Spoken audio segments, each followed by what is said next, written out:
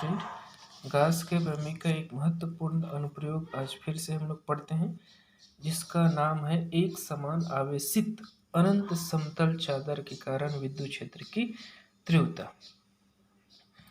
तो देखिए, इसमें सबसे पहले ये आपका एक मान लो ये एक अनंत आवेशित समतल चादर है जिस पर पृष्ठ आवेश घनत्व सिग्मा है। ठीक, अच्छा, ये पृष्ठ आवेश घनत्व क्या है? पृष्ठ आवेश घनत्व भी इम्पोर्टेंट चीज है। पृष्ठ आवेश घनत्व किसको बोलते हैं? इस चालक के प्रति एकांक क्षेत्रफल पर आवेश की जो मात्रा होती है उसे पृष्ठ आवेश घनत्व कहते हैं, और इसका सूत्र रूप में सिग्मा बराबर क्यू बटा ए, और इसका मात्रक होता है कूलाम प्रति मीटर स्क्वायर। तो अब ये है हमारा समतल आवेशित चादर, है ना। इससे आर दूरी पर एक बिंदु P है जिस पर हमको विद्युत क्षेत्र की तीव्रता ज्ञात करनी है। तो इसी बिंदु को, जैसे ये आर दूरी पर एक बिंदु P, उसी दूसरा डायरेक्शन में भी हमको एक और बिंदु लेना पड़ेगा आर दूरी पर, जो इसको हम लोग नाम देंगे P डैश पर।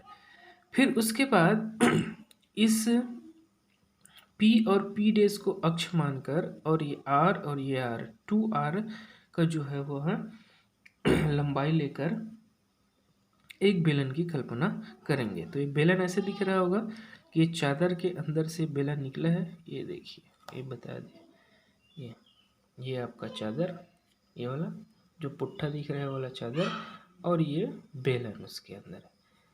ठीक है, ये बेलन है। तो अब हमको यहाँ पर जो है विद्युत क्षेत्र की तीव्रता ज्ञात करनी है। तो इसके लिए सबसे पहले तो इसको दिशा ज्ञात करनी पड़ेगी कि इसमें विद्युत क्षेत्र की दिशा कौन सी होगी। फिर उसके बाद इसका क्षेत्रफल सदिश ज्ञात करना पड़ेगा, तब हमको थीटा का मान पता चलेगा, और थीटा का मान पता चलने से ही हम जो है आसानी से इसको बना सकते हैं। तो अब देखो, इसमें कितने पृष्ठ हो रहे हैं। दूसरे तरह चित्र में ये, और यहाँ पर एक चित्र बनाया है, देखो कौन कौन सा पृष्ठ हो रहे हैं। पहला समतली पृष्ठ, ये वाला नंबर 1 नाम दे देता हूँ। दूसरा ये वाला है ना, ये वक्री पृष्ठ, ये दूसरा ये वक्री पृष्ठ, ये वाला ये दूसरा वक्री पृष्ठ। तीसरा फिर से ये समतली पृष्ठ, और चौथा ये वक्री पृष्ठ। तो हमारे पास 4 जगह से हम इसको निकालेंगे। तो पहला सूत्र वही है, शॉर्टकट में लिख देता हूँ, जैसे EDS cos थीटा, इसका भी सूत्र वही होगा, और इसका भी संपूर्ण वैद्युत फ्लक्स के लिए EDS cos theta phi E बराबर है ना EDS cos थीटा, और इसका भी सूत्र क्या होगा EDS cos थीटा। अब चारों के लिए निकालते हैं। तो सबसे पहले इसको देखिए, ये क्या है, समतली पृष्ठ है। समतली पृष्ठ के लिए विद्युत क्षेत्र की, अच्छा, इसका विद्युत क्षेत्र की दिशा कैसे होगी, ये देखिए, सेम वही कंडीशन। ये चादर है, इस पर प्लस प्लस क्यू आवेश पूरा आवेशित है, और यहाँ पर एक बिंदु P लिए हैं। ठीक है, यहाँ पर क्या लिए, बिंदु P। तो यहाँ पर मान लो 2 अल्पांश की कल्पना कर लेते हैं, यहाँ है यहाँ, तो इसकी दिशा दूर इधर होगी, इसकी दिशा इधर होगी। फिर उसके बाद इसको भी 2 घटकों में बांटते हैं, जैसे कि पता है क्षैतिज वाला को cos थीटा लेते हैं, ऊर्ध्वाधर वाला को sin थीटा लेते हैं। तो इस DE को 2 घटक में बांटेंगे तो एक इधर आएगा DE cos थीटा, एक ऊपर जाएगा। इसको बांटेंगे तो एक इधर आएगा और एक इधर आएगा, ये दोनों एक दूसरे को निरस्त कर देकर बचेगा कौन, ये। तो इसकी विद्युत क्षेत्र की दिशा क्या हो जाएगी, ये E। सेम वैसी भी इसकी भी जो दिशा है वो इस तरफ आएगी, ऐसे, है ना। और ये वक्री पृष्ठ की भी, ये जो वक्री पृष्ठ है, ये पृष्ठ इसका सबका भी ना समतल आवेशित चादर है, तो इसकी भी दिशा कितनी होगी E, और इसकी भी दिशा कितनी होगी E। ठीक है, तो चारों की दिशा आपको दिख गई, इधर वालों के लिए EE और इधर वालों के लिए इधर EE। अब हमको निकालना है क्षेत्रफल सदिश। तो क्षेत्रफल सदिश के लिए पता है, पिछले वीडियो में हम लोग देखे ये बेलन वाला जो पिछला वीडियो जो देखे हैं, तो इस वाले भाग के लिए क्षेत्रफल सदिश कैसे होता है, ऐसे, है ना।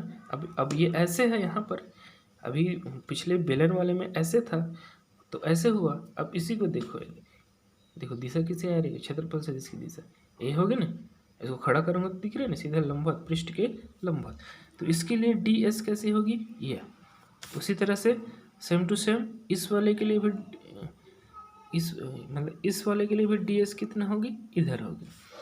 दोनों का ई इधर है, डी एस इधर है, दोनों एक ही दिशा में है। ई और डी एस इस पृष्ठ के लिए, इस पृष्ठ के लिए ई भी इधर है, डी भी इधर, दोनों एक दिशा में है। इधर भी ई भी और डी भी दोनों एक ही दिशा में है। तो यहाँ पर थीटा बराबर क्या हो जाएगा, 0 हो जाएगा।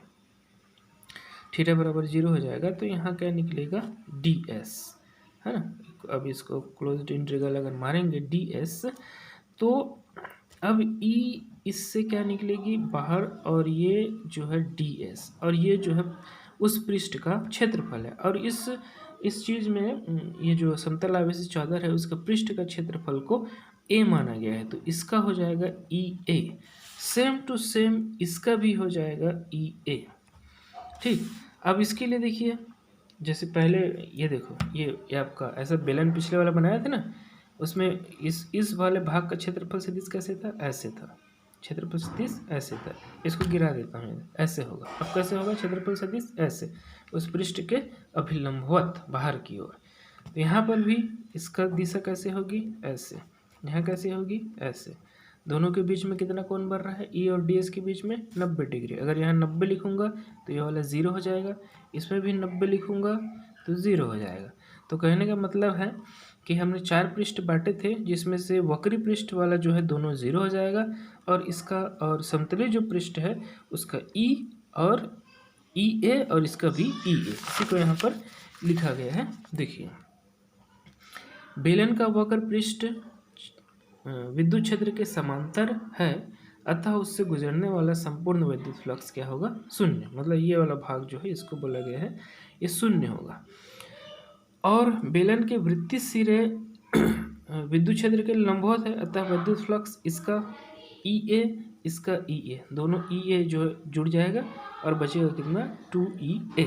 दोनों को जोड़ दिए तो अतः संपूर्ण विद्युत फ्लक्स फाई ई बराबर, ये वक्र पृष्ठ इन दोनों का 0 और इन दोनों का 2A बराबर 2EA। समीकरण नंबर 1। गॉस का प्रमेय का सूत्र आपको पता है, समीकरण नंबर 2। तो समीकरण नंबर 1 और 2 से दोनों बराबर हो जाएगा। अच्छा, अब उसके बाद यहाँ पर ये सिग्मा जो है, सिग्मा बराबर क्या होता है, Q बटा A, या Q बराबर हो जाएगा सिग्मा A। तो समीकरण नंबर जो 3 है उसमें हम लोग इस Q की जगह में लिखेंगे सिग्मा A। यहाँ से ये A और ये 1 कट जाएगा, और E बराबर सिग्मा, और ये 2 नीचे आ जाएगा, 2 एप्सिलॉन नॉट। यही हमारा ओरिजिनल सूत्र है।